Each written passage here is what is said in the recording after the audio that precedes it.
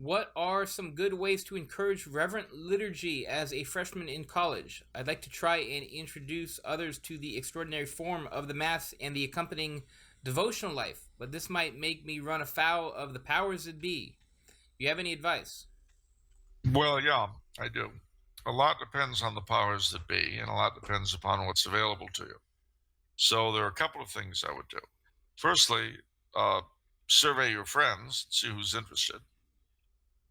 Suss out your Catholic chaplaincy and find out what the priest is all about, what his story is. Obviously, the older he is, the less interested he's going to be in tradition, usually. I would suggest you and a few of your cohorts take him out for a drink or two and kind of find out what he's all about. I would also look and see what kind of traditional stuff is available in the area. It may even be that if you've got a fraternity parish or something like that, uh, the priest there might be able to intervene on your behalf with your chaplain. I mean, so much depends upon your particular situation. As far as running afoul of the powers that be, a lot depends on presentation. Sometimes you're not going to have a choice.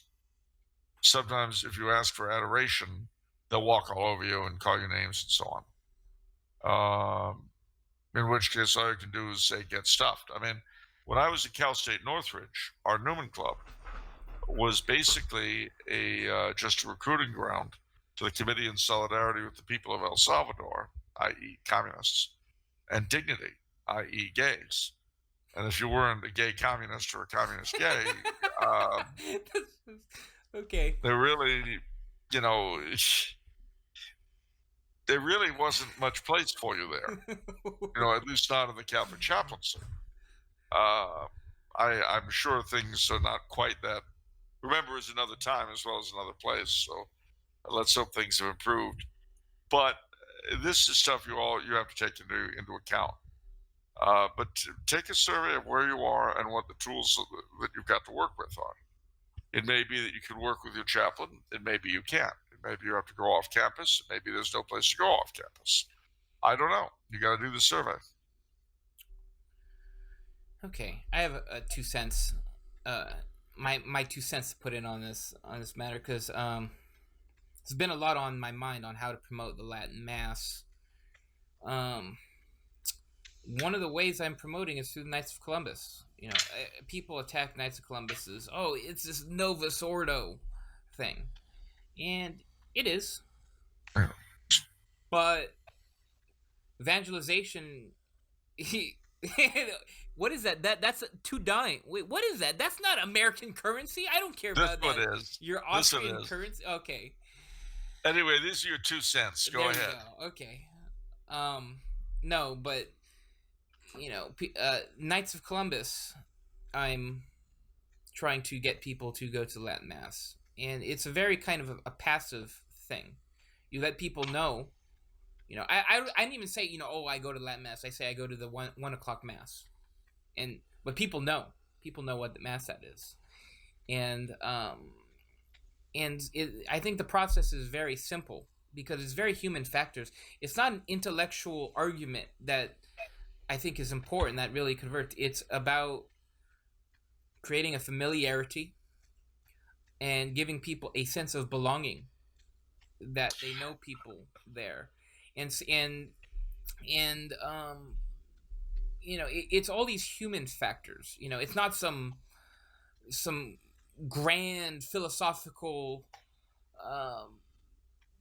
process to get to the Latin Mass. It's very human. It's very low level, and so I've successfully been able to get some people to try out the Latin Mass, and I think this is the process. Oh, I know Vinny. He is a warm human being. He's a man of integrity. He goes to the Latin Mass. Oh, I know someone who goes to the Latin Mass now. I am now that much more likely to go to the Latin Mass. I think it's that simple. Well, and I mean, don't forget too that a lot of people have been propagandized against it and against the people who go, and some people have had unfortunate experiences at Latin masses. Yeah. Because some of our trad brethren are not always the most welcoming. Right. Especially woe in certain places, woe betide the Novus Ordo check who doesn't come in a veil. Right. You know, it. There are ways and there are ways you can get points across.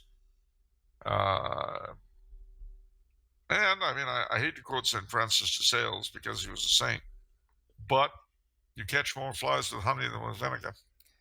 Yeah. And just another anecdote, I took a friend to the Latin Mass. They were, kind of getting into it. They're very new to Latin Mass. And everyone was so darn welcoming and so friendly and warmth afterwards. And I thought to myself, this is a million times more persuasive than any sort of intellectual argument on the internet or anything. This feeling of welcoming and you belong, and And welcome home, welcome because that's home. what it is. Yeah, I mean, if you're a Catholic, this is your right, it's your heritage that's been taken from you. that's right. And so when someone finds their way to the traditional Mass, instead of being greeted with suspicion and scorn as a Novus Ordo bumpkin, Yeah, in the memorable phrase of one person I know, they should instead be welcomed as someone who's finally found their way to their own home. yeah. And that, I mean, it would seem obvious, but So yeah, so I guess my final note is, everyone who's knocks Knights of Columbus, to me, I see this as an opportunity. I see this as prime territory. Um, don't be so pure uh, that you can't reform.